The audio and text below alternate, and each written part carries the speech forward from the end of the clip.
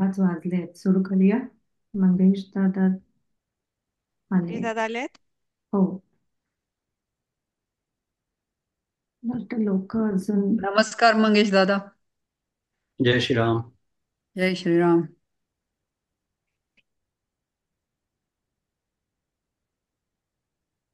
आपली वेळ झाली, आपण सुरुवात करूया. चालेल. जय श्रीराम.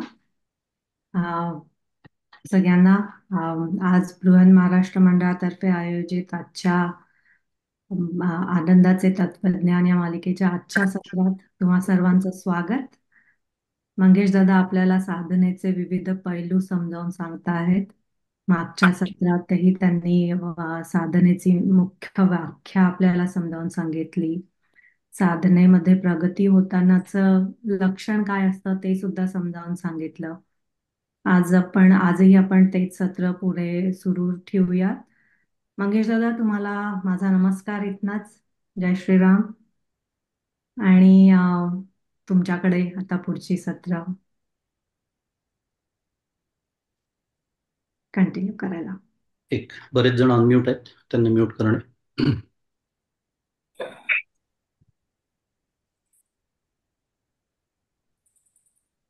गलद्दानगंडं निलद्भृङ्गखण्डं चलच्चारशुण्डं जगत्राणशौण्डं लसद्दन्तकाण्डं विपद्भङ्गचण्डं शिवप्रेमपिण्डं भजे वक्रतुण्डम्.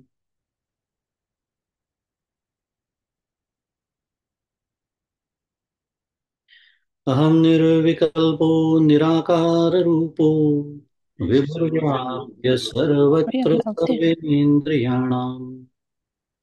सदा मे समत्वं न मुक्तिर्न बन्धः चिदानन्दरूप शिवोऽहं शिवोऽहम्. एकं नित्यं विमलमचलं सर्वधी साक्षिभूतम् भावातीतं त्रिगुणरहितं सद्गुरुं तन्नमामि. श्री सद्गुरुनाथ महाराज की जय. जय जय रघुवीर समर्थ.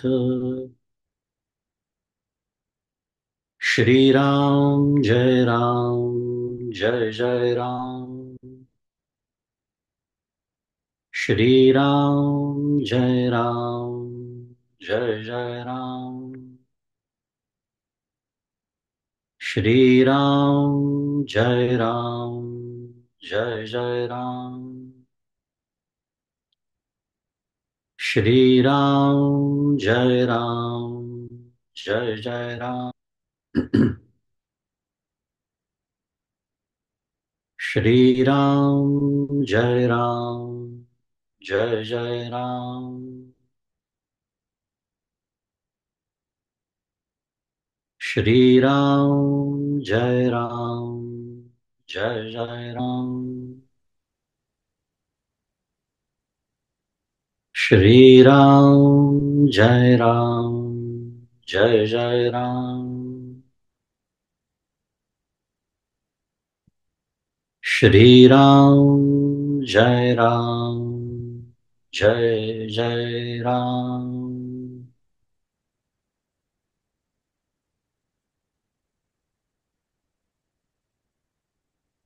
प्रभु श्री रामचंद्र भगवान की जय.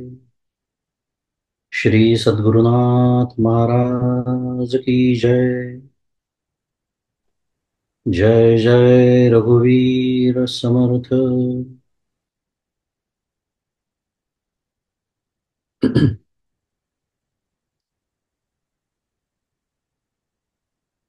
माझे सद्गुरु परमपूज्य डॉक्टर श्रीकृष्ण दत्तात्रय देशमुख, उपाख्य डॉक्टर काका यांच्या चरणी शिरसाष्टांग वंदन. परमपूज्य मंदाताई गंधे यांच्या चरणी शिरसाष्टांग वंदन.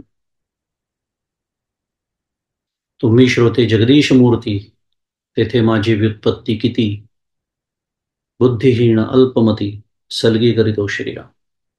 सर्वांना सप्रेम अभिवादन.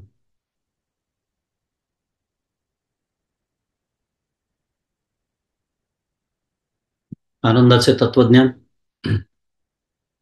ही मालिका सुरू आहे.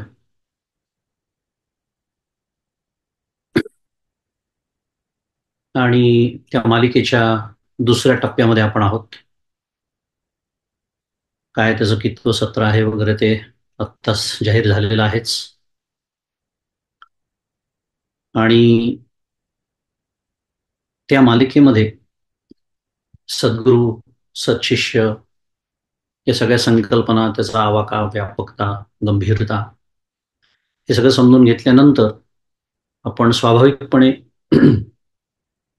शिष्याने जे करणं अपेक्षित असतं, साधकाने जे करणं अपेक्षित असतं ते म्हणजे साधना, तर त्याचे विविध पैलू आपण बघतो आहोत. कारण साधना सद्गुरू आपल्याला देत असतातच. अनेक साधनेचे प्रकार आहेत, अनेक मार्ग आहेत. पण ती प्रत्यक्ष साधना झाली, बैठकीची साधना म्हणूया त्याला. त्या तपशिलात आत्ता जाण्याची गरज नाही किती प्रकारच्या साधना आहेत वगैरे. पण केवळ तेवढी साधना पुरेशी नाही, हा आपला विषय सुरू आहे. आपली मध्यवर्ती भूमिका जी आहे, हा साधना विषय खास विषय म्हणून वेगळा असा मांडण्याची भूमिका, त्याच्यामागचा विचार हा आहे की ती तेवढी साधना पुरेशी नाही. आणि त्या दृष्टीने आपण आपल्या जीवनाचा अमूलाग्र बदल कसा घडवून आणला पाहिजे, जागृत अवस्थेमध्ये असताना, कर्म करत असताना, व्यावहारिक प्रापंचिक कर्म करत असताना त्याचं रूपांतर सुद्धा साधनेमध्ये कसं करता येईल. म्हणजे हा परमार्थ आपण जसं सातत्याने बोलतो आहोत की पूर्ण वेळ करण्याची गोष्ट आहे. पूर्ण वेळ. जो साधक असं समजतो की माझा परमार्थ फक्त सकाळी 1 तास असतो किंवा संध्याकाळी 1 तास असतो, थोडक्यात जेव्हा मी प्रत्यक्ष साधनेला बसतो, आणि इतर वेळेला माझ्या जीवनाचा आणि परमार्थाचा काहीच संबंध नसतो, असं जो समजतो साधक, त्याच्या परमार्थाचं काही खरं नाही. खरं नाही या अर्थाने की आपण नेहमी बोलतो की हेची देही, हेची डोळा, भोगोमुक्तीचा सोहळा, हे जर हे असेल तर मग त्या दृष्टीने बोलायचं झालं तर काही खरं नाही. कारण तेवढं साधन पुरेसं नाही, आपलं पालुपत तेच आहे. आणि त्या दृष्टीने आपण वेगवेगळे प्रसंग प्रपंचामध्ये आपण जेव्हा त्याला सामोरं जातो तेव्हा आपली काय मनोभूमिका असली पाहिजे, कोणत्या दृष्टिकोनातून त्याच्याकडे बघितलं पाहिजे, कसा त्याचा विचार केला पाहिजे तत्वज्ञानाच्या, संतांच्या, शास्त्राच्या आधारे. शास्त्र प्रणित, संत प्रणित, सद्गुरु प्रणित विचार, तत्वज्ञान, हे सगळं आपण बघतो आहोत, त्याचा विचार करतो आहोत. अर्थातच ते करता करता मागच्याला आपण काही काय म्हणतात त्याला, बैठकीच्या साधनेचा सुद्धा आपण विचार केला होता. तेही पैलू येऊनच जातात. पण प्रामुख्याने आपण हे बघतो आहोत की सदा सर्व काळ ही साधना कशी करता येते, कशी करावी. आता मागच्या वेळेला आपण बघितलं होतं की परतोनी पाठीमोरे ठाके. आता ही प्रत्यक्ष साधनेचा विचार बघितला खरं मागच्या वेळेला, की काय होतं नेमका आतमध्ये, काय प्रक्रिया घडणं अपेक्षित आहे. मग तुम्ही अष्टांग योगाच्या ध्यानाचा किंवा समाधीचा अभ्यास करा, की ज्ञानयोगाचा करा, की राजयोगाच्या करा, काय जे काय असतील, अनेक मार्ग आहेत. पण शेवटी प्रक्रिया हीच पूर्ण व्हावी लागते, कारण सर्व साधनं इथेच येऊन मिळतात. कारण सर्व साधनांचं ध्येय एकच आहे, असा विचार आपण मागच्या वेळेला केला.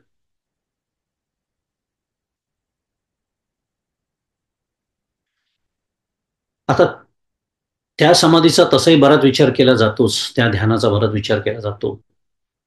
परंतु ब्रह्म हे अधिष्ठान असून हे जे विश्व मला दिसतं, भासतं, कळतं, समजतं, अनुभवाला येतं इत्यादी, हे विश्व, हे जग आणि प्रामुख्याने हे शरीर, माझा देह स्वतःच, हे त्यावरील अध्यस्त आहे. अध्यस्त याचा अर्थ मिथ्या असा होतो, भ्रम असा होतो. आत्ता आपल्याला ही भाषा कळत नाही. बुद्धीच्या पातळीवर जरी कळली तरी अनुभवास अशी येत नाही. त्यामुळे अध्यस्त आहे माझं एवढं देह, एवढं शरीर, हे जग, रोज ज्याचे टक्के टोणपे मी खातो, त्याला अध्यस्त म्हणणं, भ्रामक म्हणणं नाही कळत आपल्याला पटकन. पण आपल्याला कळत नाही किंवा आपला तसा अनुभव नाही म्हणून शास्त्र बदलणार नाही. शास्त्र तसं आहे तसं, कारण ते वास्तव आहे. मुद्दा असा की हो, माझा देह, हे विश्व, हे त्या ब्रह्म नावाच्या अधिष्ठानावरती अध्यस्त आहे, असं प्रत्यक्ष ज्ञान मला होऊन हे जे द्वैत, हे जे भेदाने सगळं भरलेलं जग, हे बाधित होईपर्यंतचा प्रवास म्हणजे साधना आहे. काय शब्द वापरले मी? थोडंसं कठीण झालं असेल, पण सांगण्याचा उद्देशच तो आहे की हे बाधित करणं, याचा बाध करणं. परमपूज्य काकांनी, माझ्या सद्गुरूंनी, मी माझ्या सद्गुरूंवरती बोलत असतो, कारण आजकाल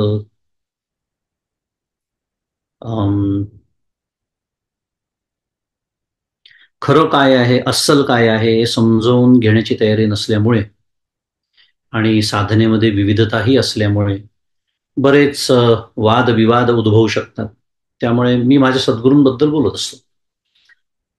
माझ्या सद्गुरूंनी, आणि माझ्या सद्गुरूंनी म्हणजे ते काही वेगळे नव्हे, ते संत जे सांगतात तेच सांगतायत, शास्त्र जे सांगतायत तेच सांगतायत. तर त्यांनी आपल्यासमोर ठेवलेलं ध्येय जे आहे ते बाध समाधी हेच आहे. आपला जो विषय सुरू आहे, आणि बाध समाधी बऱ्याच जणांना कळत नाही. नेमकं ऐकलेलं असतं, पण मी दरवेळेला सांगतो की या शब्दाची व्याख्या अगदी स्पष्ट आहे. दृढ मिथ्यात्व निश्चय. काय व्याख्या? दृढ मिथ्यात्व निश्चय. म्हणून तर सुरुवात तिथून आपण केली की हे जग, हे विश्व आणि त्याचाच भाग असलेलं सर्व माझं आणि मी. आता पुन्हा सारखी समस्या तीच होते, हा हे जग मिथ्या आहे, काही हरकत नाही, माझं जग मात्र सत्य आहे. गेलं मुसळ केलं. त्यामुळे माझं जे छोटंसं जग आहे, माझं माझं माझं, मी ज्याला ज्याला माझं म्हणतो त्यांनी भरलेलं ते, आणि माझा देह, हे मिथ्या आहे असा दृढ निश्चय, म्हणजे दृढ अनुभव येणं.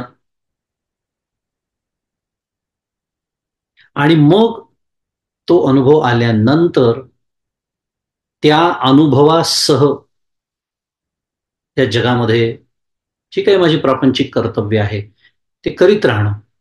कारण शेवटी कर्तव्य ही प्रपंच हा कसा आहे, द्वैताने भरलेला आहे, तो जगामध्येच आहे.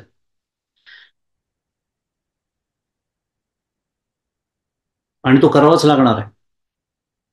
पण तो करत असताना काय होतं आता, तर आता मी हा अनुभव घेतलेला असल्यामुळे हे जे द्वैत आहे, हा जो भेद आहे, हा जो प्रपंच आहे, माझ्या देहासकट सातत्याने आपण शब्द वापरतोय, त्याचा काय होतो, बाध होतो. आणि ही आहे बाध समाधी. कारण आत्ता काय आहे, आत्ता मी बोलतोय, तुम्हाला कळत आहे, हे आपलं शाब्दिक पातळीवरती सुरू आहे, इंटेलेक्च्युअल एक्सरसाइज.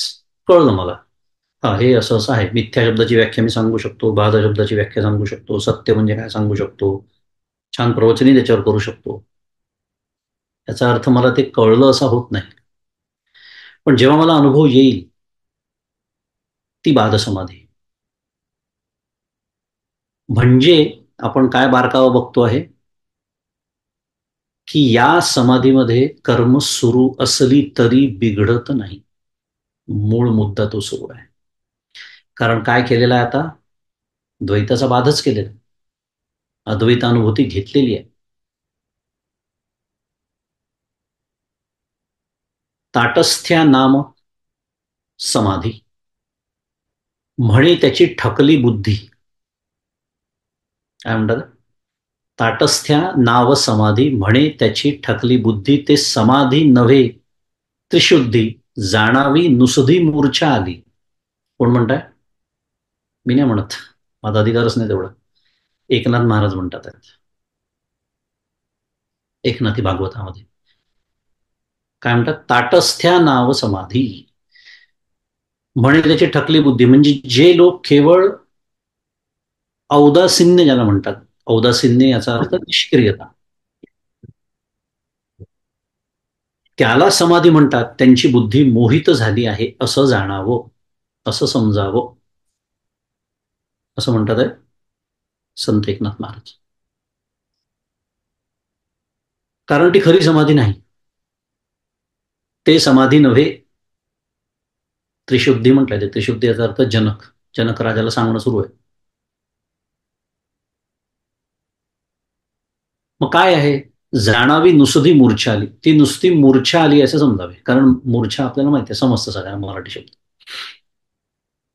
पण त्याच्यातही देवभान जातं, ह्याच्यातही देवभान जातं. याचा अर्थ ते एकच आहे हे सांगणं सुरू नाही आहे. मुद्दा असा आहे की त्यालाच फक्त जे समाधी समजतात. मग होतं काय? हे समाधीविषयीचं एक देशी या ताटस्थ याला जे समाधी समजतात ते एक देशी मत आहे.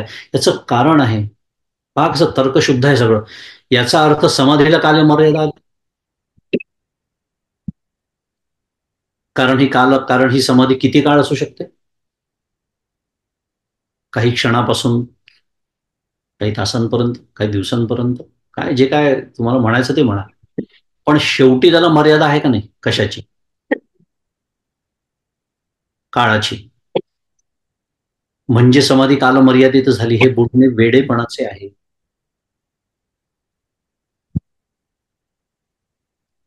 हे बोलणे वेडेपणाचे असं एकनाथ महाराज म्हणतात.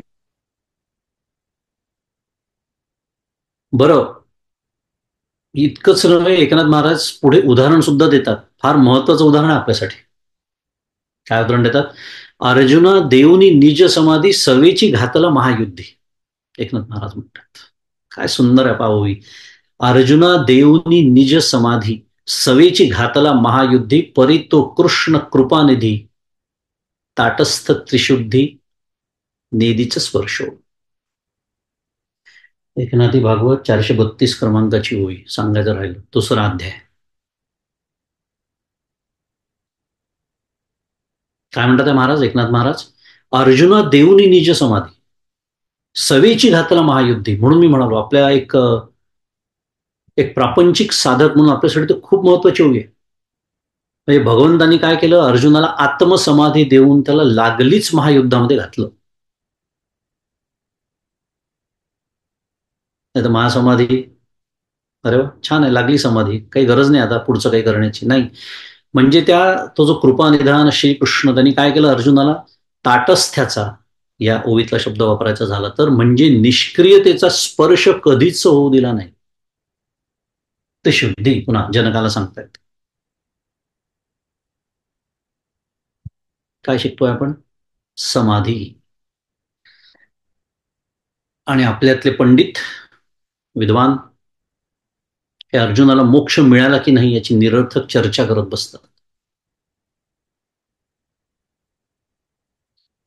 इतकं धडधडीत लिहिलेलं आहे एकनाथ महाराजांनी. मुद्दा हा की ही जी बाद समाधी आहे, ज्याचा आपण विचार करतो आहोत, ज्याचं गांभीर्य समजून घेतो आहोत, समाधी या शब्दाचंच गांभीर्य समजून घेतो आहोत. मागच्या तो श्लोकही आपण बघितला होता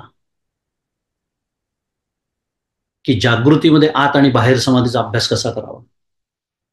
कारण एवढं मोठं महायुद्ध अर्जुन करू शकतो त्या समाधी अवस्थेमध्ये, तर आम्हाला आमचा एवढंसं साधं प्रपंच नाही चालवता. याच्यासाठी मी म्हणालो की एक प्रापंचिक साधक म्हणून आपल्यासाठी फार महत्वाचं आहे. त्याला म्हणायचं बाद समाधी. त्याच्यामुळे देहबुद्धी गेल्यामुळे देहाभिमाने गलिते, श्लोक नेहमीच बोलतो मी. त्यामुळे देहबुद्धी गेल्यामुळे म्हणा, ब्रह्मस्वरूपाच्या ठिकाणी व्यापक बुद्धी किंवा दृष्टी प्राप्त झाल्यामुळे देश काल मर्यादा रहित अशी जी समता बुद्धी प्राप्त होते, तिला तिला परमसमाधी म्हणतात एकनाथ महाराज, म्हणजेच बाध समाधी. कारण आता कोणत्याही कर्माचा अभिमान किंवा कोणत्याही अज्ञानाची बाधा तिला होऊ शकत नाही. आणि साधा तर्क तुम्हाला सांगतो, साधा तर्क, की हे जर नसतं तर एवढं प्रचंड कार्य ज्या संतांनी आपल्यासाठी करून ठेवलं समाजासाठी, ते करू शकले असते का तुम्ही मला सांगा. मग शंकराचार्य असतील, ज्ञानेश्वर महाराज असतील, तुकाराम, जे कुठलेही संतांचं नाव,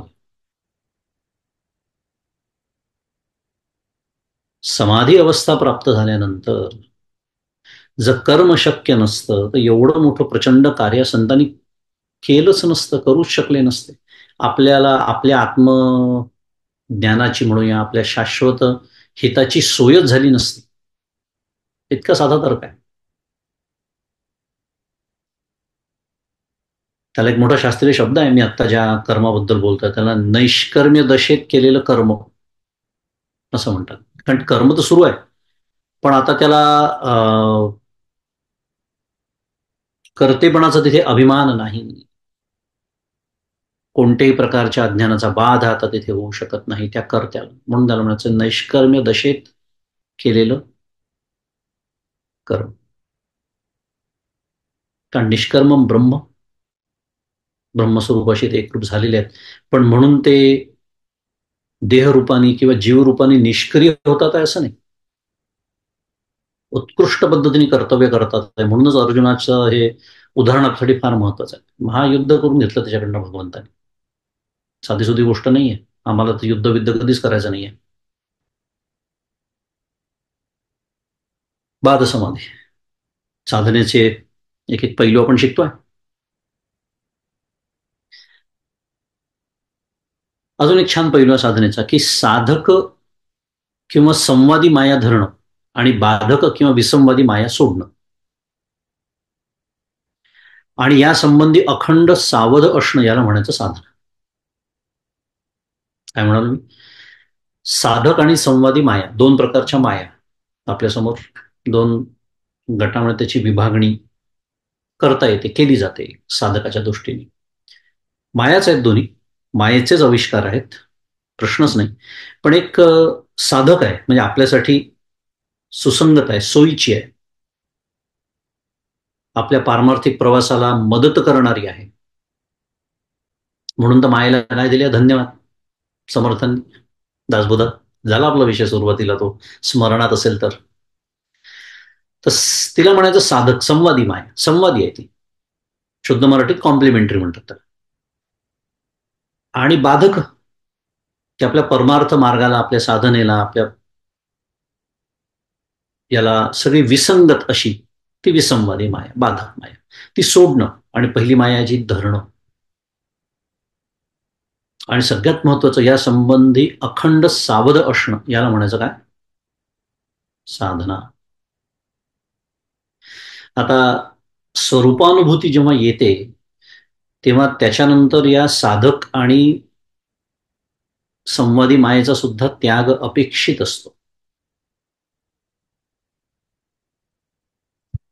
अविज्ञाते परे तत्वे शास्त्रादेतिस्तु निष्फला, विज्ञातेपि परे तत्वे शास्त्रादेतिस्तु निष्फला. विवेक चूडामणी आचार्य सांगतात, ज्ञान झाल्यानंतर का?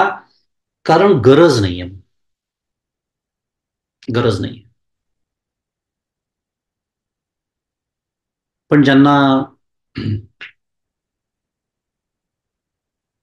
आता संत आहेत, सद्गुरू आहेत, ज्यांना अनेकांचं समाधान करावं लागतं, मार्गदर्शन करावं लागतं, त्यांना ते सांभाळून ठेवावं लागतं. कारण माऊलींनी सांगून ठेवलेलं आहे, मार्गाधारे वर्तावे, विश्व हे मोहरे लावावे, अलौकिक नोहावे लोकांवरती. माझं काम झालं म्हणून मी ते सोडून दिलं नाही, कारण ते आदर्श प्रस्थापित करत असतात समाजासमोर, म्हणून त्यांना सांभाळावं लागतं. त्यांची गरज संपलेली असते. माझा मुद्दा तो सुरू होता, त्यांची गरज संपलेली असते. त्यामुळे हा जो ज्याला ज्ञानेश्वरीतला शब्द वापरायचा जातो, ज्याला लोकसंग्रह म्हणतात, तो ज्याच्या प्रारब्धात आहे त्याला हे सांभाळावं. तो नाही, त्याला त्याची काही गरज नाही. पंचदशी सुद्धा आपल्याला सांगते या काय म्हणूया साधक द्वैताबद्दल, की आत्मब्रह्म विचाराख्यम शास्त्रीय मानसम जगत. पंचदशीचा शब्द आहे मानसम जगत. मानस जग म्हणजे हे द्वैत जे आहे ते जीवकृत द्वैत म्हटलं आपण त्याला, मगाशीच म्हटलं. एक शास्त्रीय, एक शास्त्रीय, हे शास्त्रीय द्वैताबद्दल सुरू आहे. आत्मब्रह्म विचाराख्यम शास्त्रीय मानसं जगत बुद्धे तत्वे तच्च हेय मिति श्रुत्यनुशासनम. अर्थ आहे की आत्मरूप ब्रह्माचा विचार, द्वैत विवेक प्रकरण, त्यातलं 44 क्रमांकाचा श्लोक, पंचदशी. आत्मरूप ब्रह्माचा जो विचार आहे व त्यासाठी आवश्यक जी साधनं आहेत, ती साधनं अनेक आहेत. पुन्हा तेच तर बघतोय आपण, श्रवणादी म्हणा, अनेक बहिरंग, अंतरंग, प्रत्यक्ष, प्रत्यक्ष वगैरे वगैरे सगळी जी साधनं आहेत ते जीवानी उत्पन्न केलेलं शास्त्रीय द्वैत आहे. काय आहे? द्वैतच आहे पण शास्त्रीय आहे.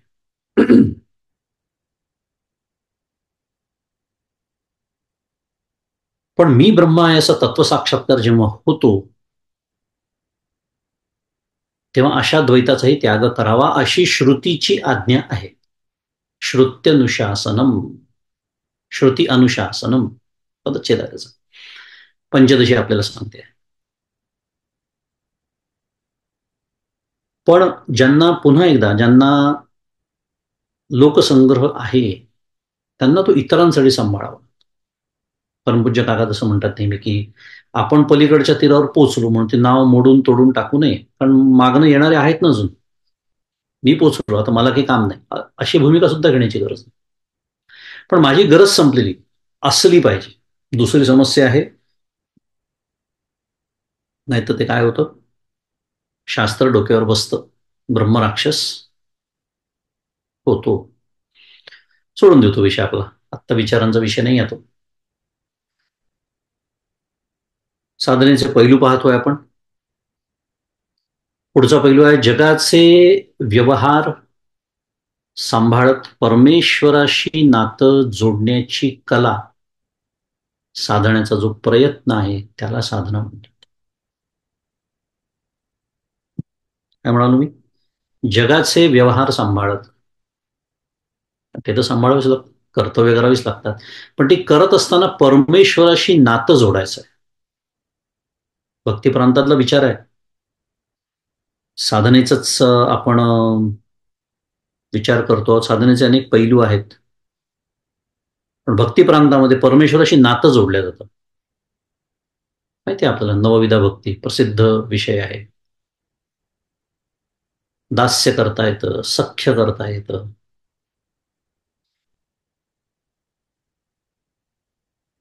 शेवटी आत्मनिवेदनपर्यंत गाडी जावीच लागते. पण ही जी कला आहे, ही साधना, की जगाचे व्यवहार सांभाळत असताना परमेश्वराशी नातं जोडणं. नातं कुठली असेल, आपापल्या आवडीप्रमाणे, आपापल्या ज्या पद्धतीची भक्ती आपण परमेश्वराची करत असू. मग त्याच्यामध्ये परमेश्वराशी बोलता येतं, त्याच्यामध्ये परमेश्वराशी भांडता सुद्धा येतं. संत भांडलेले आहेत. संतांची भांडणं वाचून घ्यावी त्या ओवे. ते कशासाठी भांडल्यात वगैरे हा भाग वेगळा, मी कशासाठी भांडत असतो तो भाग वेगळा. माझी भांडणं व्यवहारातली असतात. संत देवाशी भांडलेले आहेत. हे सगळं करता येतं जेव्हा आपण नातं जोडतो परमेश्वराशी. आणि परमेश्वराशी नातं तेव्हाच जुळतं जेव्हा परमेश्वराबद्दल प्रेम असतं. असतं की नाही? आपली नाते कोणाशी जुळतात? ज्यांच्याबद्दल आपल्याला प्रेम वाटतं. मग प्रेमासाठी काय लागतं? अनुसंधान लागतं. अखंड त्याच्या स्मरणात व्यवहार केला तर हे प्रेम निर्माण होण्याची शक्यता होते, तर हे नातं विकसित होऊ शकतं, तर मला परमेश्वराशी भांडण्याचा सुद्धा अधिकार येऊ शकतो, जसं संतांना मिळाला.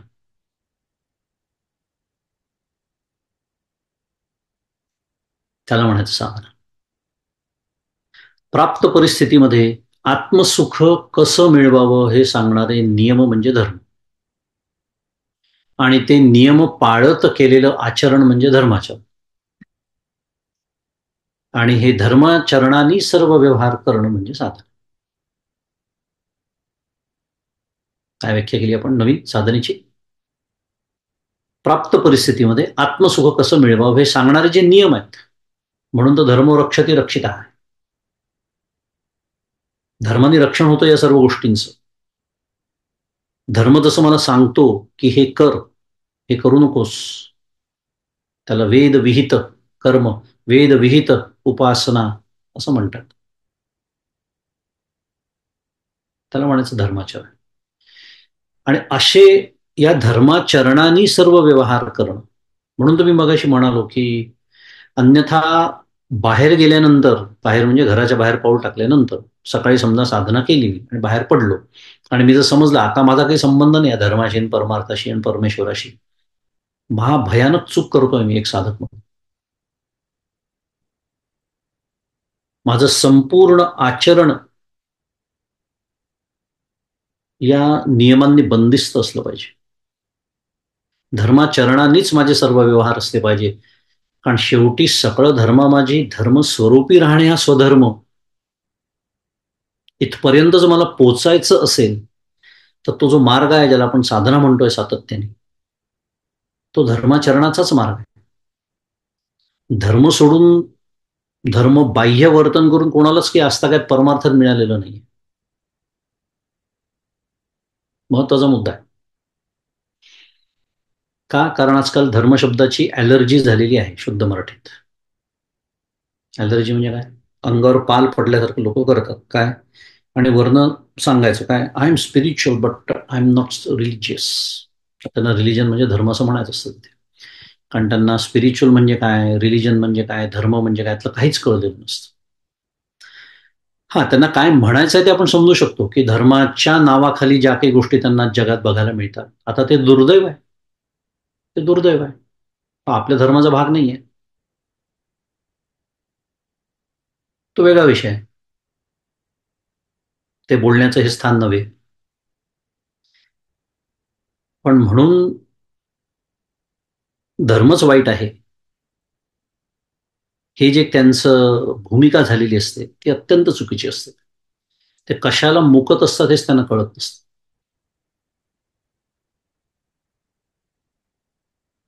कारण आता परमपूज्य स्वामी गोविंद देवगिरी महाराज अमेरिकेत घेऊन गेले, त्यांनी ते इतकी छान व्याख्या, धर्माची सोपी व्याख्या ठेवली आपल्यासमोर. व्यष्टी, समष्टी, सृष्टी आणि परमेष्टी यातलं जे संतुलन आहे त्याला धर्म म्हणतात. काय सुंदर व्याख्या, अत्यंत व्यापक व्याख्या आहे. त्याच्यामध्ये सर्व गोष्टींचा समावेश होतो. म्हणजे ही व्याख्या अशी आहे की जगातला जो सदविचारी सदाचारी मनुष्य असेल, तो कुठल्याही धर्माचा का असेल, तो नाकारू शकत नाही. नाकारता ही येतच नाही. व्यष्टी म्हणजे व्यक्ती, एक व्यक्ती, समष्टी समाज, इतर सर्व लोक, सृष्टी समजतं आपल्याला सृष्टी म्हणजे काय, आणि परमेष्टी यातलं जे संतुलन आहे. आणि अंतिमतः जायचं परमेष्टीपर्यंतच आहे, पण तिथे पोचण्यासाठी हे संतुलन साधत जगणं, तसं माझं आचरण असणं म्हणजे धर्माचरण. आणि हेच आचरण शिकवणारा आमचा धर्म, आर्य सनातन वैदिक हिंदू धर्म. इतर धर्मात ते शिकवलं जातं का नाही जात हा माझ्या चिंतनाचा विषय नाही. पण आपण सर्व भाग्यवान ज्या धर्मात जन्माला आलेलो आहोत, तो असं म्हणतात की एकमेव धर्म या जगामध्ये शिकवणार की ज्याच्यामध्ये व्यष्टी म्हणजे व्यक्तिगत उन्नतीची तर कल्पना आहेच, पण हे करत असताना समष्टीचा पण विचार आहे. दुसऱ्याला मारणे, जबरदस्तीने धर्मांतरण करणे, अत्याचार करणे हे कधीही आपल्या धर्मात ना कोणी कधी शिकवलं ना कधी शिकवलं. कारण हे जर शिकवायला लागले तर या व्याख्येलाच धक्का लागला की नाही. आणि ज्या धर्मात ते शिकवत असतील त्या धर्मातल्या लोकांना ही व्याख्या मानणं असणं शक्यच नाही. सरळ सरळ तर्क आहे. एवढं बोलणं या विषयासंदर्भात पुरेसं आहे. पुढे जाऊया. धर्म शब्दाबद्दल बोलतोय म्हणून थोडस विवेचन. साधकाच्या दृष्टीने विचार केला तर एक अजून छान व्याख्या आपल्या समोर येते की भौतिक अकल्याण जरी झालं तरी विचलित न होणं याला साधना म्हणतात. आणि इथे इथे खूप लोक म्हणजे साधक या परीक्षेमध्ये अनुत्तीर्ण होतात.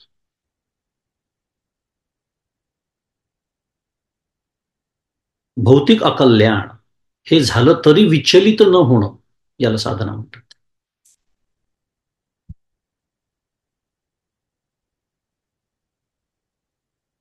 ते मला वाटतं बहुतेक समर्थांनी वर्णन केलेलं आहे. गुरुमंत्र गुरु केला आणि काय झालं, म्हैस हरवली. त्या काळचं उदाहरण दिलंय त्यांनी.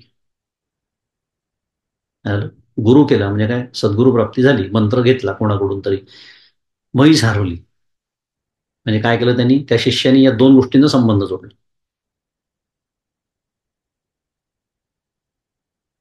गुरुमंत्र केला, घेतला, नोकरी गेली. ऐकलेल्या गोष्टी सांगतोय मी आजच्या काळातल्या. आता हे म्हैस हरवली हे त्या काळाचं समर्थांचं उदाहरण. या काळात मी ऐकलेलं उदाहरण झालं. गुरुमंत्र घेतला, नोकरी गेली. हो, देवाची भक्ती करायला लागलो किंवा मी अगदी प्रामाणिकपणे नियमितपणे शनिवारी मारुतीला तेल घातल्याशिवाय न जेवणारा इत्यादी, पण झालं काहीतरी भौतिक अकल्याण. यांनी जर मी विचलित होत असेल, यांनी माझ्या साधनेला धक्का बसत असेल, यांनी माझ्या देवावरच्या श्रद्धेला धक्का बसत असेल, तुम्ही साधक म्हणून घेण्याच्या योग्यतेचा नाही. कारण समर्थ मला सांगतात, नेहमीची आपली आवडती ओवी, देवाचे जे मनोगत तेची आपले उचित, इच्छेसाठी भगवंत अंतरू नये श्रीराम. दासबोध 4था दशक 8वा समास 22 क्रमांकाची ओवी.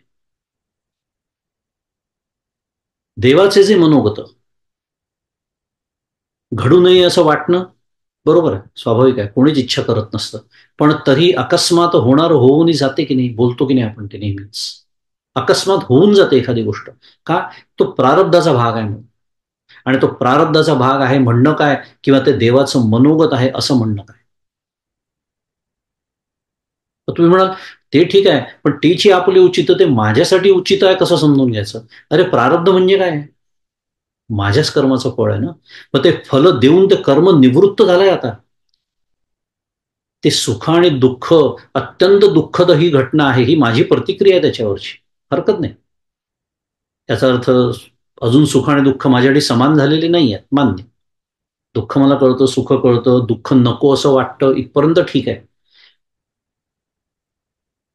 पण घडली एखादी घटना आयुष्यामध्ये, झालं नुकसान, काही झाली, एखादी अपघात झाला,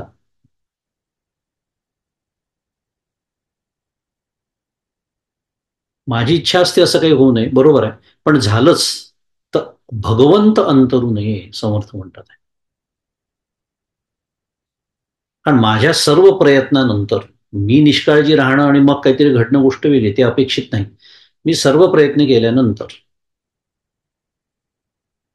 जे घडत आहे ती माझ्यासाठी देवानी केलेली योजना, ती माझ्या खऱ्या हिताची आहे असं समजावं. आणि असं समजावं तरी का बरं, समजावं म्हणजे काय, जसं आपण एखाद्या लहान मुलाची समजूत घालतो तसं आहे का, ते नाही. समजावं म्हणजे समजण्याचे दोन अर्थ होतात. तर तसं नाही आहे पण तुम्ही तसं समजा, असा एक अर्थ आहे. दुसरा अर्थ आहे की नाही तसंच आहे पण तुमची समजण्याची आता कुवत नाही आहे म्हणून समजा. यातल्या दुसऱ्या अर्थाबद्दल मी बोलतोय. कारण मला कर्म विपाकाचं पूर्ण ज्ञान नाही,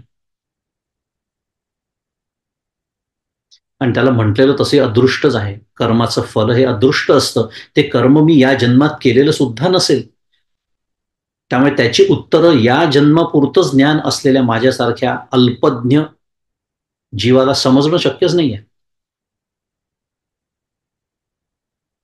आणि म्हणून स्वतःच्या ज्या काही आशा आकांक्षा असतात त्याच्यासाठी देवाला मुकू नये.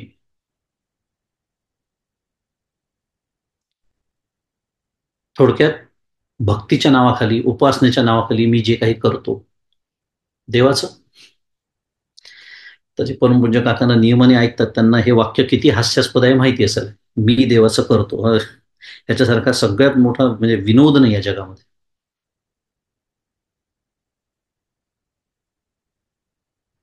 पण आपण काय बोलतो हेच आपल्याला कळत नाही. आणि आपण जे बोलतो ते आपल्याला कळत नसेल तर त्यांना एक शब्द आहे मराठीमध्ये, माझ्या सद्गुरूंनीच वापरलेला, त्याला वेडे असं म्हणतात. करून पहा ना, कल्पना करून पहा फक्त, मी देवाचं करतो, इथेच थांबा, कसं वाटतं हे ऐकायला. मी देवाचं करतो, हा म्हणजे साध्या भाषेत बोलायचं तर मी जे काही पूजा करतो, त्याला हार घालतो, त्याला फुलं वाहतो, उदबत्ती लावतो, केवढा मोठा पराक्रम आहे. हे संपूर्ण ज्याची त्रैलोक्यावर सत्ता आहे त्याला एवढ्या क्षुल्लक गोष्टी मी काहीतरी देतो, त्याच्या सत्तेतल्या त्यालाच देतो आणि समजतो मी त्याचं काहीतरी केलं. याच्यासारखा दुसरा मोठा विनोद नाही. मुद्दा हा सुरू होता की मी त्याच्यासाठी जे काही करतो असं मला वाटतं आणि मग त्याच्यातनं ज्या काही अपेक्षा निर्माण होतात की मी इतकं देवाचं करतो, मग त्यांनी माझं सगळं काय केलं पाहिजे, छानच केलं पाहिजे, माझं सगळं व्यवस्थितच असलं पाहिजे.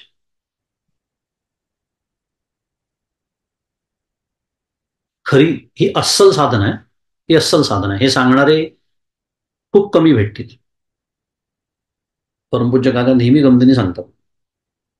ते म्हणतात की कोणीतरी म्हणतं की मी तुम्हाला मंत्र देतो, ताईत देतो, गंडा बांधतो, काहीतरी जादू करतो, तुमची ही प्रापंचिक संकट दूर होतील. त्यांच्या घरासमोर डॉक्टर काका म्हणतात की गाड्यांची रांग असते, मर्सिडीज पासून तर BMW पर्यंत, आणि मी वेदांत सांगतो म्हणून माझ्या दारासमोर बैलगाडी सुद्धा उभी नसते, असं परमपूज्य काका सांगतात. याच्यात थोडासा विनोद जरी असला तरी ही वस्तुस्थिती सुद्धा आहे.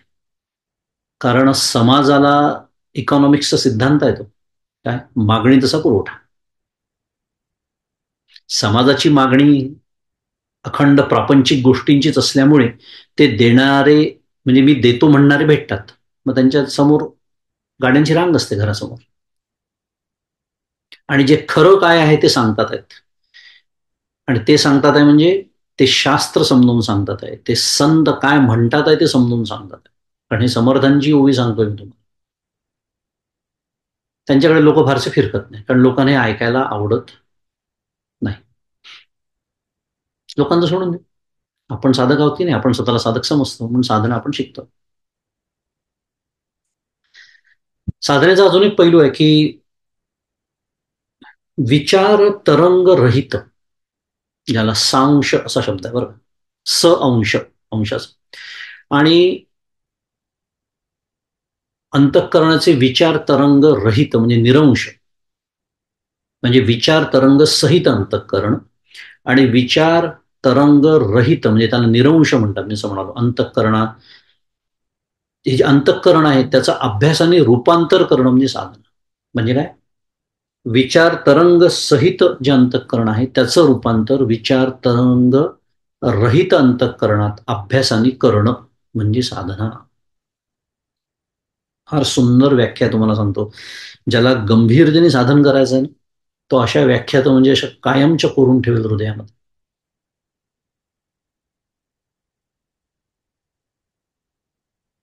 आणि याचं कारण आहे, शुद्ध मराठीत सांगायचं, this is such a fundamental thought, की परमार्थामध्ये आपण अगदी मुळापासून बघूया, थोडस 2 मिनिटं विचार करूया साधनेचा. फार सुंदर आहे कारण साधन. परमार्थामध्ये नित्यप्राप्ताची प्राप्ती हे आपण खूप वेळ ऐकलेलं आहे. हे आपण बऱ्याच वेळा विसरूनही जातो. कारण साधना म्हणजे काहीतरी करणं, आणि त्या करणं करणं करणं, त्या करण्याच्या त्या सगळ्या गदारोळामध्ये आपण हे विसरून जातो की ज्ञान म्हणजे अशी काही बाहेरून आतमध्ये येणारी गोष्ट नाही. कोणी मला काही असं दिल्याने काही होणार नाहीये. मग काय आहे, ते माझंच स्वरूप आहे, हे विसरून जातो.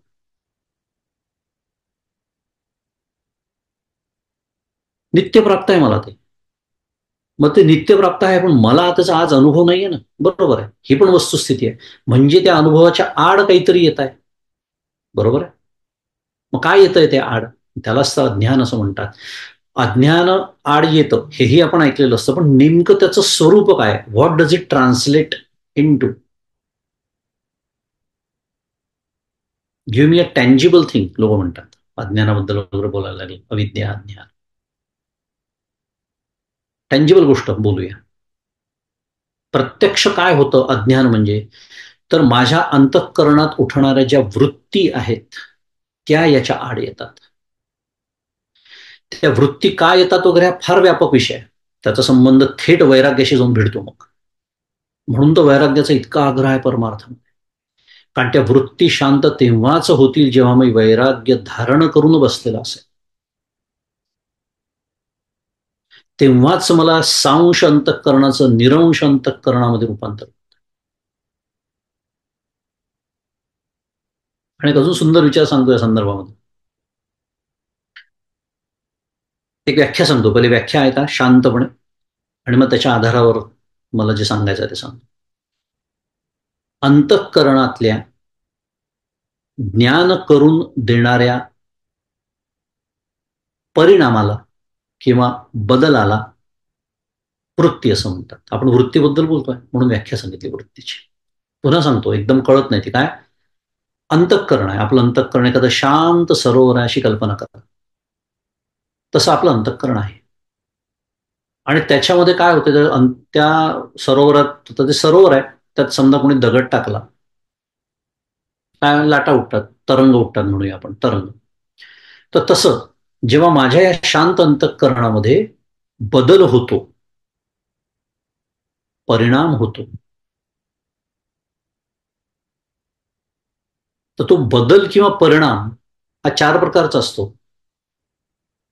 कारण त्याला आपण वृत्ती म्हटलं. मनोवृत्ती, बुद्धिवृत्ती, अहमवृत्ती, चित्तवृत्ती. मनबुद्धी चित्त आपल्याला माहिती आहे ती चौकडी नेहमीची.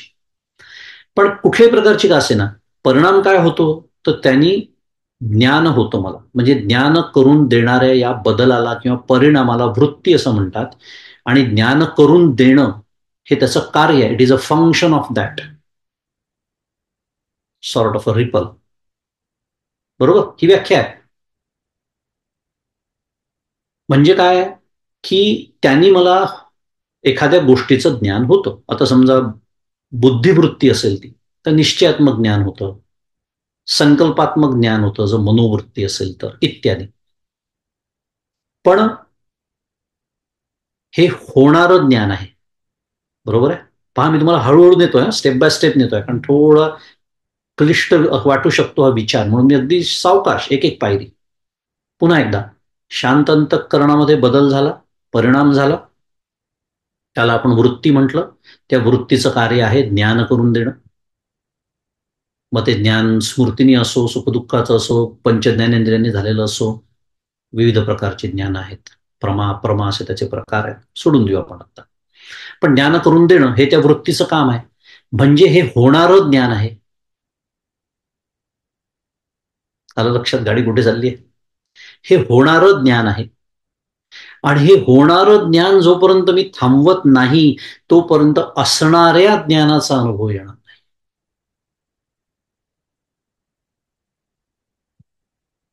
आणि ही प्रक्रिया जर उलटी आपण समजून घेतली, मग होणारं ज्ञान कसं थांबवायचं तेच तर आपण बोलतोय. या वृत्ती शांत करणं, सांश अंतःकरणाकडून निरंश अंतःकरणाकडे जाणं. म्हणून तर त्याला साधना म्हणतात. कारण हे जेव्हा घडतं, कारण वृत्ती हा विकार आहे, परिणाम बदल विकार आहे. बरोबर आहे. आणि ते जे असणारं ज्ञान ज्याच्याबद्दल मी बोललो ते कसं आहे, ते निर्विकार आहे. तिथे विकार नाही. कारण असणारं ज्ञान म्हणजे ज्ञानरूपता, म्हणजे चित, म्हणजे आत्मा, म्हणजे ब्रह्म, म्हणजे माझं स्वरूप. माझं स्वरूप आहे. म्हणून मी मगाशी म्हणालो, बाहेरून आतमध्ये काही येणार नाहीये, काहीही दिसणार नाहीये, काहीही ऐकायला येणार नाहीये, काहीही वेगळेपणाने अनुभवाला येणार नाहीये थोडक्यामध्ये. कारण ज्या क्षणी खरंच माझं अंतःकरणाचा निरंश होईल, त्या क्षणी काय होणार आहे, अरे जे आहे तेच मी होणार आहे. म्हणजे काय होणार आहे, मी एकरूप होणार आहे त्याच्याशी. मग कोणी वेगळं उरेल का सांगण्यासाठी. म्हणून मी म्हणालो की फार सुंदर साधनेचा हा पैलू, पण थोडं जास्त बोललो याच्यावरती. आणि हे साधण्यासाठी पुढची साधनेची व्याख्या आहे छान, की सविशेष मी च निर्विशेष मी मध्ये विसर्जन करणं. आता आपण जे बोललो ना सगळं ते खूप सूक्ष्म पातळीवरती आपण बोललो, पण ते घडण्यासाठी आधी काय घडावं लागतं स्थूल पातळीवरती ते सांगणारी ही व्याख्या आता साधनेची. सविशेष मी, अखंड मी सविशेष मी घेऊन फिरत असतो. मी म्हणजे कोण समजलात तुम्ही, इत्यादी. मी मी मी मला एवढं समजतं, मला एवढं माहिती आहे, मला तेवढं माहिती आहे, मला हे सांगू नका, मला ते सांगू नका, मला आधुनिक विज्ञान चांगलं कळतं, मला हे शास्त्र चांगलं कळतं, मला एवढंच सांगा. हा जो अखंड मी आहे, अहम अहम कारयति इति अहंकारा व्याख्याच आहे त्याची. हा सविशेष मी आहे, कारण त्याला अनेक विशेष आहेत, अनेक. हे येणारा मी, ते येणारा मी, असं समजणारा मी, इतका अभ्यास केलेला मी, इतक्या डिग्र्या मिळवलेला मी, वगैरे वगैरे. ह्या मीचं विसर्जन करणं म्हणजे आपला अहंकार प्रयत्नपूर्वक कमी कमी कमी करत करत करत अहंकार रहित होणं, या प्रक्रियेला साधना असं म्हणतात. कारण खरा मी जो आहे तो निर्विशेष आहे, आणि तो खरा मी मगाशी मी जसं म्हणालो त्या सांशचं जेव्हा निरंश होतं तेव्हा खरा मी अनुभवाला येतो, जो ज्ञानरूप आहे, जो आनंद रूप सुखरूप आहे, जो सत रूप आहे, सद्घन चिद्घन आनंदघन, तो खरा मी आहे. सहा अहम. पण या सहा अहमवर आरूढ होण्यासाठी आधीचे सगळे अहम सोडावे लागतात, सगळे. आणि त्याच अभ्यासाला साधना म्हणतात, तेच आपण शिकतोय. कारण प्रत्येकाचे अहंकाराचे विषय वेगळे असतात. ठीक आहे, मला आपण जसं म्हणतो की स्थूल मानानी नसतील मला व्यवहारातले अहंकार तितके नसतील, तेवढी बाधा मला त्याची नसेल. पण जोपर्यंत मी स्वतःला देह समजतोय, मी स्वतःला जीव समजतोय, तो जीव भाव धरून बसलोय, प्रचंड मोठा अहंकार आहे, प्रचंड मोठा अडथळा आहे. त्यावर हसलो मी. ती ओवी त्या दिवशीची. देहबुद्धी केली बळकट आणि ब्रह्म पाहू गेला धीट, तो दृश्याने रुधिली वाट परब्रह्माची.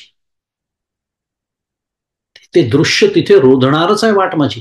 भली मला नसतील व्यवहारातले अहंकार, पण जर मी अजूनही जीवभावच धरून बसलोय घट्ट, हो मी जीव आहे, हो मी म्हणजे हा देह आहे, स्थूल देह सूक्ष्म देह, किंवा कोशांच्या भाषेत सगळे मनोमय कोश, विज्ञानमय कोश, प्राणमय कोश इत्यादी. प्रचंड मोठं दृश्य आहे, ते रोधणारच आहे माझी वाट. मग ते वाद रोखतं, रोधतं म्हणजे नक्की काय करतं, मगाशीच मी जे सांगितलं, अखंड वृत्ती उठतच राहतात अंतःकरण, अखंड. कारण अखंड विचार मी आणि माझेच होणार, त्या वृत्ती शांत होतच नाही. त्यामुळे असं या सविशेष मीचं विसर्जन करणं निर्विशेष मी मध्ये हळूहळू हळूहळू हळूहळू होते प्रक्रिया. अगदी स्वाभाविक आहे, साधन तसे हळूच असतं, हळूहळू ढाळे ढाळे हेतुलेनी एके वेळ माऊली. पण प्रगती असली पाहिजे ना, हळू असली तरी प्रगती दिसली तर पाहिजे निदान.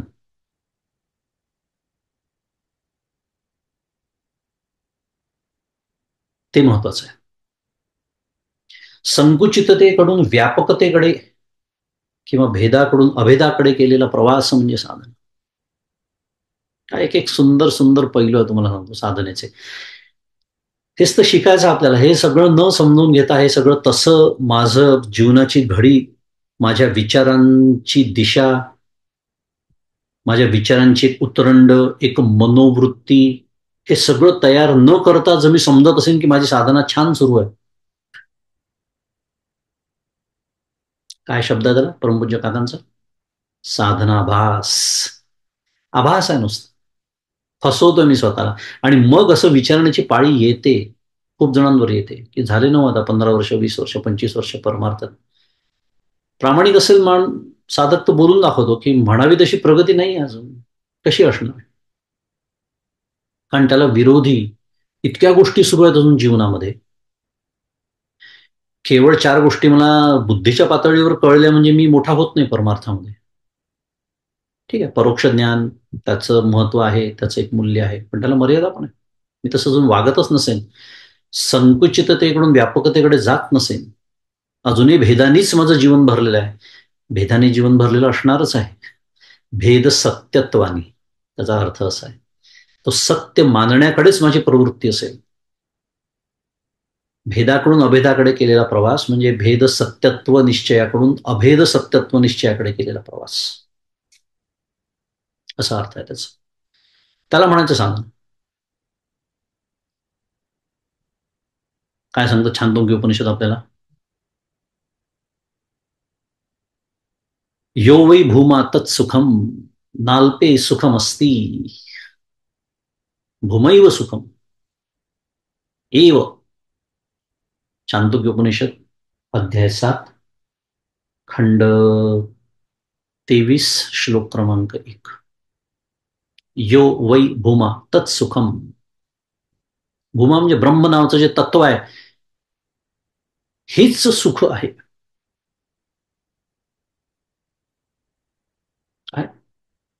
आनंदो ब्रह्मेति व्यजानात आनंदातेव खल्विमानी भूतानी जायन्ते आनंदेन जातानी जीवंती. अजून एक श्रुती आहे, सोडून देऊ, पण आता आपल्याला व्यापकता आणि याचा विचार करायचा. त्यामुळे यो वै भूमा तत्सुखम अल्पे सुखम नास्ति. अल्पमध्ये सुख नाहीच आहे. सुख म्हणजे आनंद रूपता म्हणजेच भूमा. भूमा म्हणजे ब्रह्म काय महान आहे. महान याचा अर्थ काय? निरपेक्ष व्यापक आहे. आपली महानची जी व्याख्या असते ती व्यावहारिक असते, ती फारच संकुचित असते. एखादी गोष्ट व्यक्ती महान आहे म्हणजे काय? प्रसिद्ध आहे किंवा अजून काही चरित्र त्यांचं महान आहे, पण किती मर्यादित, किती लोकांना माहीत असते ती व्यक्ती, किती काळापर्यंत ते टिकतं इत्यादी. इथे महान याचा अर्थ निरपेक्ष व्यापक. किती निरपेक्ष शिकतोय की नाही आपण 8व्या अध्यायात. जे हे विश्वची होऊनी असे, काय म्हणते माऊली? जे हे विश्वची होऊनी असे परी विश्व नासलेनी न नासे. अक्षरे पुसिल्या न पुसे अर्थु जैसा. हे ते तत्व आहे. ह्याला म्हणायचं निरपेक्ष व्यापक. जग नाही तरी ते आहे, जग आहे तरी आहेच, आणि जग एक दिवस नासणार आहे म्हणजे संपणार आहे तरीही ते आहे व्यापक. आणि ते निरतिशय आनंद आहे. का म्हणून भूमाच फक्त सुखरूप आहे? कारण ते निरतिशय आनंद आहे. आणि मला ज्या सुखाची प्राप्ती सो कॉल्ड सुख व्यवहारामध्ये मिळतं ते सातिशय आहे. आणि सातिशय याचा अर्थ ज्याला न्यूनाधिक संभवतं. मागच्याला आपण या विषयावर बऱ्याच वेळेला बोललेलो आहे. सातिशय शब्दाचा अर्थ समजून घेतला, ज्याला अतिशय संभवतो, स अतिशय. आणि तसं असल्यामुळे ते अल्प आहे. आणि म्हणून अल्प असलेली कोणतीही गोष्ट सुखकारक नाही. कारण अल्प असेल एखादी गोष्ट मिळालेली तर काय होतं? We want more. अजून पाहिजे, अजून पाहिजे, अधिक हवी, जास्त हवी. ती तृष्णेला जन्म देते आणि तृष्णा ही दुःखाचं बीज आहे. म्हणून अल्पे सुखम नास्ति.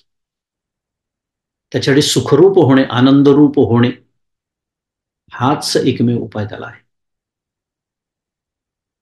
आणि त्यालाच परमेश्वराची प्राप्ती म्हणतात, परब्रह्माची प्राप्ती म्हणतात, त्यालाच स्वरूपानुभूती म्हणतात, त्यालाच कैवल्य म्हणतात.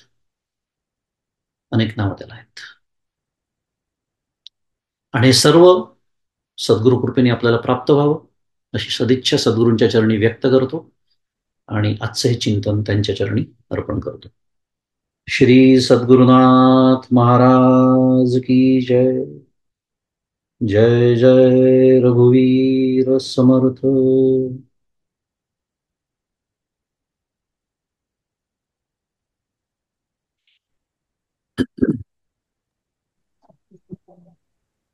परमपूज्य मंगेश दादा, तुम्हाला इथूनच नमस्कार करते.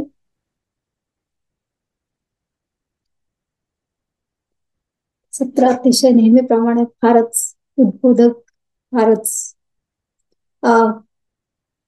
खूप साऱ्या संकल्पनांना धक्के देऊन आपल्या मनात एक एक ब्लॉक डायग्राम असते की सुरुवात, मग ही साधना आणि मग तो अनुभव, आणि असं काहीतरी एक ठोकताळे असतात मनात. पण साधनेचा प्रवास सुद्धा किती स्थूलातनं मग सूक्ष्मातकडे जातो, आणि तोच केवढा मोठा पल्ला असतो हे हळूहळू लक्षात येत आहे. त्या साधना एका शब्दाला इतकी सत्र आपण घेतो, म्हणजे आता थोडं लक्षात यायला लागलंय की त्याचीच व्याप्ती किती मोठी आणि ते खरं किती छान आहे. तोच सगळा प्रवास किती सुंदर आहे. तर हे सगळं आम्हाला उलगडून सांगितल्याबद्दल ना धन्यवाद म्हणणं अतिशय चुकीचं आहे. त्याच्यामुळे पुन्हा एकदा तुम्हाला नमस्कारच करते. आणि आपल्या नेहमीच्या पद्धतीप्रमाणे आपण प्रश्नोत्तरांकडे जाण्याच्या आधी भजन सेवेकडे वळणार आहोत. आणि आज आपल्याला भजन सेवा देण्यासाठी आपल्यात उपस्थित आहेत आदरणीय सौ सोनालीताई फडके, आणि त्या आज आपल्याला परमपूज्य तुकडोजी महाराजांचं एक भजन ऐकवणार आहेत. आत्ताच सगळ्यांनी आदरणीय सोनालीताईंचं कीर्तन ऐकलं असेल, त्याच्यामुळे तो अनुभव ताजाच असताना पुन्हा एकदा सोनालीताईकडनं भजन ऐकायला मिळणं म्हणजे ही सगळं आपलंच पुण्य आहे असं मला वाटतंय. त्याच्यामुळे मी आता फार तुमच्या आणि सोनालीताईंच्या भजन सेवेच्या मध्ये न येता त्यांना विनंती करते की त्यांनी भजन सेवेला सुरुवात करावी. जय श्रीराम. परमपूज्य मंगेश दादांना वंदन.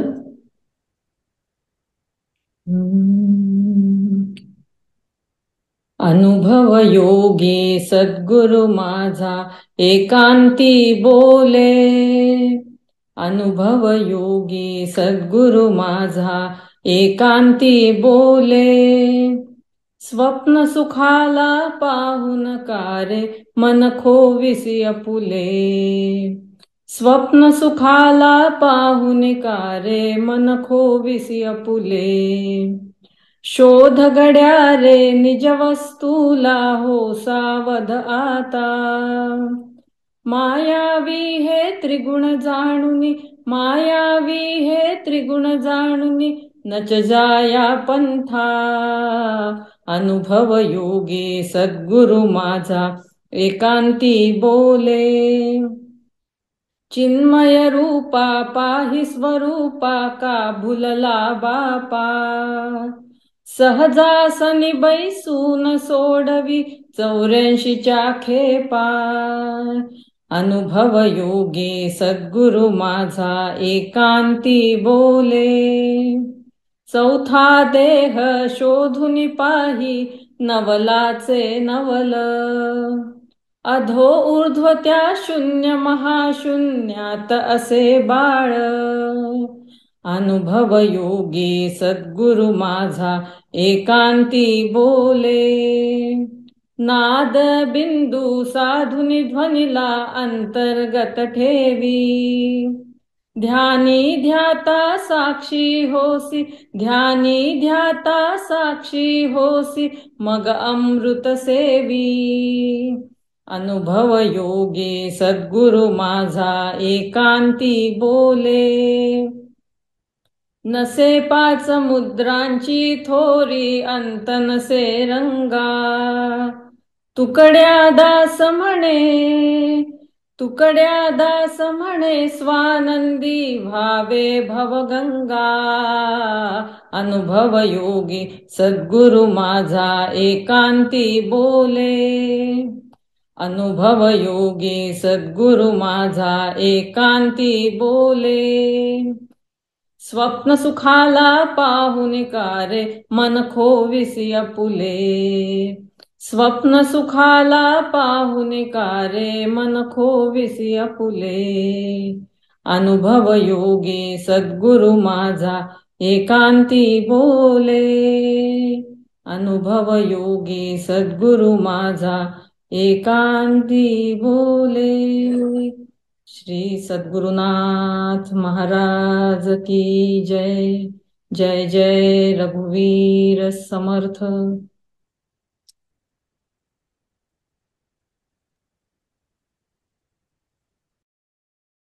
आदरणीय सोनालीताईंना सुद्धा इथून नमस्कार करते.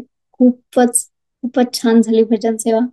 अतिशय नवीन भजन होतं, म्हणजे माझ्यासाठी तरी, आणि अतिशय काय म्हणतात सोप्या शब्दात पण पूर्ण सत्राचा अर्कच सांगितल्यासारखं भजन होतं. त्याच्यामुळे पुन्हा एकदा खूप खूपच सुंदर झाली भजन सेवा. आणि